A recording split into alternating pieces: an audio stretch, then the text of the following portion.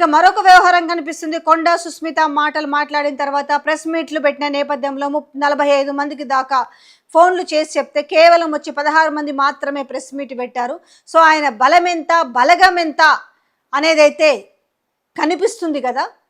So అనేసి ఏం చేస్తున్నారంటే ఓకే ఇప్పుడు ఇంకా టైం వచ్చింది కాబట్టి దూకాల్సిన అవసరం వచ్చింది, తనేంటో నిరూపించుకోవాల్సిన అవసరం వచ్చింది కాబట్టి రాజగోపాల్ రెడ్డి తన యొక్క పాచికలను పారే ప్రయత్నం చేస్తున్నాడు, ఆయన ఎమ్మెల్యేల మద్దతు కూడగడుతున్నాడు అని చెప్పేసి. సో ఈ టాపిక్ ఎందుకు వచ్చింది? నిన్న ప్రెస్ మీట్ పెట్టిన వాళ్ళు ఇష్యూ యాక్చువల్గా కొండా సుస్మిత పటేల్కు సంబంధించిన విషయం. దాంట్లో ఏం చేసిరండి అంటే చిన్నారెడ్డికి సంబంధించిన విషయం. ఎందుకంటే మెగారెడ్డి పైన ఆయన చేసిన అనుచిత వ్యాఖ్యలు, మెగారెడ్డి పైన మాట్లాడిండంటే అందులో రైట్ లేదా, రాంగే ఉందా? అంటే మీరు చేసినవన్నీ వెనకేసుకొచ్చుకొని లోపట అన్ని సద్దు మనిగించేసి ప్రజల ముందర పుట్టాడు అబద్ధాలు చెప్తూ కాలం గడుపుతూ ఉంటే ఇది మంచిదా? ఎమ్మెల్యేల కన్నా తెలియదా అసలు మేము ఏం చేస్తున్నామో మా కాన్స్టిట్యున్సీ ప్రజలకు? అసలు మేనిఫెస్టోలోని అంశాలను అమలు చేస్తున్నామా? అసలు తెలంగాణ ప్రజలకు పోరి మా కాన్స్టిట్యున్సీ ప్రజల పరిస్థితి ఎట్లా ఉంది? ఒక్కరికన్నా సోయుందా? ప్రజల ముందు కొన్ని ముఖాన థూ థూ అని ఊస్తారు.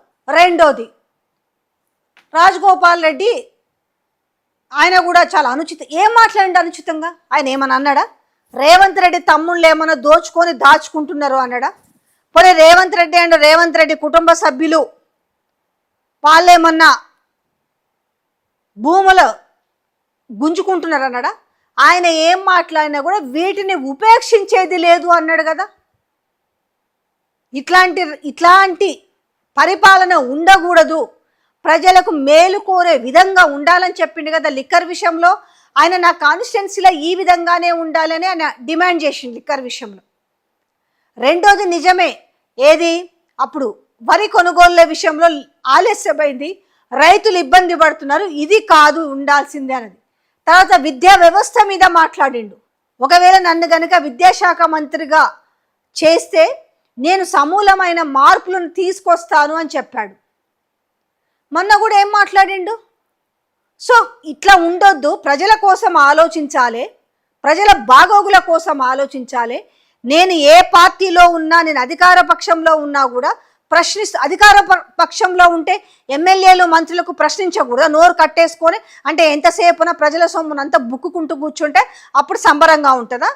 అంటే మీకు ప్రజల సమస్య మీద ఎవరైనా ప్రశ్నిస్తే, పార్టీలో జరుగుతున్న వ్యవహారాలను ప్రశ్నిస్తే అప్పుడు వాళ్ళకు షోకాజ్ నోటీసులు ఇస్తారా? ప్రజల దమ్మును చూసిన ఆంబోతుల్లాగా ప్రజల మీద పడి దోచుకొని వాళ్ళని బెదిరించుకొని వాళ్ళ భూములు గుంజుకుంటే వాళ్ళకి షోకాజ్ నోటీసులు ఉండవు. నిన్న మొన్న ఏది మామూలుగా మారుతి కార్లలో తిరిగేటోళ్ళు ఇవాళ ఎక్కడి నుంచి వచ్చినాయి మీకు? డిఫెండర్లు, ల్యాండ్ రోవర్లు ఎవడి సొమ్ము మీద వచ్చినాయి? ఏం ప్రజలు గమనిస్తలేరా? అంటే ఈ ఒక్క టర్మ్లో దాచుకుందామనే కదా. ఇట్లాంటి వాళ్ళకు ఉండదు. నీకు ఎట్లా వచ్చిందిరాబాయి ఇంత కారు అంటే ఉండదు. మొన్నటిదాకా డొక్కు కార్లలో తిరుగుతారు కండ్ల ముందు. అందుకే కదా ప్రజలు ఓడగొడతారు. ఎందుకు? ఏ పార్టీ అయినా కావచ్చు, అది కాంగ్రెస్ పార్టీ, బీజేపీ, బీఆర్ఎస్, ఎవరైనా సరే మిమ్మల్ని ప్రజాప్రతినిధులుగా ఎన్నుకుంటారు అని అంటే మీకు ఒక అవకాశం ఇచ్చిన పార్టీలు దాన్ని నిలబెట్టుకునే ప్రయత్నం చేయాల్సింది పోయి ముందేమో ఎలక్షన్లకు ముందేమో అప్పుడేమో కాళ్ళ పెడతారు, వేళ్ళ పెడతారు, సావులోకి బతుకుతారు, బతుకులోకి పోతారు, బియ్యం ఇస్తారు, చచ్చిపోతే పోయి బస్తా బియ్యం ఇస్తారు, లేకపోతే 10,000 రూపాయలు ఇస్తారు. తర్వాత మాత్రం ఎవ్వడు కంటికి కనపడి ఇది ఫ్యాక్ట్. ఇది అసలు ఇవన్నీ మిమ్మల్ని చీపుర్లు చాటలతో తిరిగేసేయాలి అసలు ప్రజలు ఓట్ల కోసం వచ్చినప్పుడు. సో ఇప్పుడు కోమటిరెడ్డి రాజగోపాల్ రెడ్డి ప్రశ్నించినందుకు ఆయనను షోకాజ్ నోటీసే కాదట, ఆయననే ఏం చేయాలో మరి ఏం చేయాలో? కాంగ్రెస్ పార్టీ నుంచి పంపిస్తారా? మీరేమో కాంగ్రెస్ పార్టీలో పుట్టి ఇన్నే పెరిగి ఇన్నే దేకి ఇన్నే పాకిండ్రా. చిన్నారెడ్డినట ఆయన ఎన్నేళ్ళ నించున్నాడు కాంగ్రెస్ పార్టీలో, ఆయన పంపాలి. మీరు మాత్రం దోచుకుంటోళ్ళు అంతే. ఇక్కడ ఎవరన్నా క్వశ్చన్ చేస్తే వాళ్ళు ఉండొద్దు. అంటే దోచుకునే వాళ్ళే, మంది మీద పడి దోచుకునే వాళ్ళు మాత్రమే కాంగ్రెస్ పార్టీలో ఉండాలి. ఎందుకంటే అది నేను చెప్తున్న మాట కాదు, మీరు చెప్తున్న మాట. సో ఆ విధంగా సో ఇప్పుడు ఏమైందనంటే ఆయన నిజంగా ఎమ్మెల్యేలతోటి నిజంగానే రాజగోపాల్ రెడ్డి పిలిస్తే రారని లేదు. ఎందుకంటే బిహైండ్ ద ఎంతో మందికి ఇప్పుడు కాంగ్రెస్ పార్టీలో పార్టీ వ్యవహారం పైన కోపం లేదు, ఆ పార్టీలో ఉన్న వాళ్ళు వ్యవహరిస్తున్న తీరు పైన వాళ్ళకి ఆక్షేపణలు ఉన్నాయి. మారండి అని చెప్తున్నాడు. అందుకనే ఇలాంటి పరిపాలన వద్దని చెప్పేసి గతంలో కూడా ఫామ్ హౌస్లో మీటింగ్ జరిగిన విషయాన్ని జడ్చర్ల ఎమ్మెల్యే అనిరుద్ రెడ్డి కూడా చెప్తూనే ఉన్నాడు కదా. ఆయన మొదటి నుంచి ఆయన వ్యతిరేకంగానే ఉన్నాడు కదా. ఇట్లాంటి వ్యతిరేకంగా ఉన్న వాళ్ళు చాలా మంది ఉన్నారు. అరే ఏదో కనీసం కాన్స్టిట్యున్సీకి ఏదో చేయాలనుకున్న వాళ్ళు ఎంతమంది లేరు ఎమ్మెల్యే లేరా కాంగ్రెస్ పార్టీలో? వాళ్ళే కదా ప్రశ్నిస్తున్నారు ఏదో రకంగా. కానీ వాళ్ళు ప్రశ్నించకూడదు. ఇప్పుడు మా కాన్స్టిట్యున్సీకి నిధులు ఇవ్వట్లేదు, ఏదైనా వర్కులు చేస్తే వాళ్ళకి బిల్లులు రావట్లేదు. సో ఆయన చెప్పిండు కదా, ఆ ఎమ్మెల్యే చెప్పిండు కదా, జడ్చర్ల ఎమ్మెల్యే, నాకు గనుక నిధులు విడుదల చేయకపోతే నేను 10,000 మందితోటి దీక్ష చేస్తా అని చెప్పిండు. ఇంతకు మించిన ఉదాహరణ ఏముంటుంది? గతంలో గవర్నమెంట్ భూమిని ఆక్యుపై చేసుకొని 4 టవర్లు 8 టవర్లు కట్టుకుంటే 4 ఎమ్మెల్యేలు కలిసి పబ్లిక్ లిటిగేషన్ పిల్ హైకోర్టులో వేయలేదా? ఎన్నో వీళ్ళంతా మేమే తెలంగాణను ఉద్ధరిస్తున్నామని కూర్చొని ఇటు రాజగోపాల్ రెడ్డి మీద, అటు చిన్నారెడ్డి మీద, ఇటు కొండా సురేఖను బర్తరఫ్ చేయాలంట. చేయండి.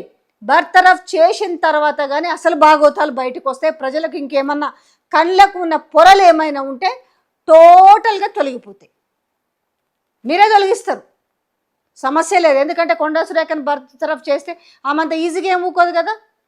ఏడ తేడాలు వచ్చినాయో బయటకు వస్తాయి, ఏం జరిగిందో బయటకు వస్తుంది. టోటల్గా అన్ని కుల్లా బ్రహ్మాండంగా బయటకు వస్తాయి. ఎందుకంటే వాళ్ళ కూతురు ఆల్రెడీ సగం బయట పెట్టి ఇంకా సగం బయటకు వస్తుంది. ఏం చేస్తారు రాకుండా? సో ఈ నేపథ్యంలో ఏమైంది, రాజగోపాల్ రెడ్డి ఎమ్మెల్యేలను తీసుకొని ఢిల్లీకి పోతున్నాడు, ఫిక్స్ అయ్యిండు. సో ఈ న్యూస్ చూస్తున్నారు. సో నిన్న వరకు కూడా నిన్న కూడా ఇంట్లోనే హ్యాపీగా వాళ్ళు కూడా వరలక్ష్మి వ్రతం వాళ్ళ ఇంట్లో చాలా బాగా జరిగింది. వాళ్ళు కూడా హ్యాపీగా ఉన్నారు. ఎందుకంటే మనకు తెలిసిన సమాచారం ప్రకారం నిన్నైతే ఆయన ఏ ఎమ్మెల్యేలను కలవలేదు. కాకపోతే ఫోన్లు వస్తాయి ఖచ్చితంగా, కలుద్దాము చేద్దాము. ఇప్పుడు రేవంత్ రెడ్డికి పాజిటివ్గా మాట్లాడమంటే 16 మంది వచ్చినప్పుడు ఆయనకు 40 మంది వస్తారు కదా. ఇట్లా ఇప్పుడు పోటాపోటీలు బల నిరూపణ చేసుకోవాలంటే నిన్న జరిగింది బల నిరూపణే కదా. ఆ బల నిరూపణలో లాజిక్ మిస్ అయ్యారు, అడ్డంగా ఫెయిల్ అయింది రేవంత్ రెడ్డి. ఒక ముఖ్యమంత్రి జరిగిన దాని గురించి మరి ఆయన సలహాదారుడు, ఆయన శిష్యుడు, ఆయన అనుచరుడు, సో ఇవన్నీ కూడా ఆయన పిలుపునిస్తే వచ్చింది 16 మంది. నేను ఎందుకో రాలేదు మరి. సరే హైదరాబాద్కే వచ్చి పెట్టాల్సి లేదు, ఎవరి ప్లేస్లో వాళ్ళు వీడియో చేసి సోషల్ మీడియాలో పబ్లిసిటీ ఇచ్చుకున్నా కూడా నిన్న తెలిసేది కదా, ఓహో ఇంతమంది రేవంత్ రెడ్డికి సపోర్ట్ ఉన్నారు. ఏం లాభం? నిన్న ఉన్నది కేవలం 16 మంది. అంటే సో ఇక రేవంత్ రెడ్డి ముఖ్యమంత్రిగా ఉండాలా లేదా, తరువాత వరుస క్రమంగా ఏం జరగబోతుంది అనేది మనకు స్పష్టంగా అర్థమవుతున్న విషయం.